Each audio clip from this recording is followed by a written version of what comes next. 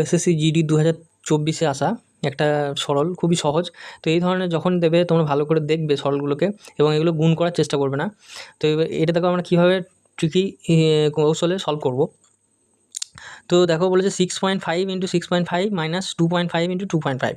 তো আমি যদি এই 6.5 এটাকে যদি এর সমান যদি এ ধরি, আর যদি 2.5 এর সমান যদি বি ধরি, ঠিক আছে, তাহলে আমার কী দাঁড়াবে, এখানে দুটো এ গুণ হয়ে আছে, তার মানে হয়ে গেল এ স্কোয়ার, ঠিক। আর এখানে দুটো বি গুণ হয়ে আছে, মানে হয়ে গেল বি স্কোয়ার, আর মাঝে আছে মাইনাস।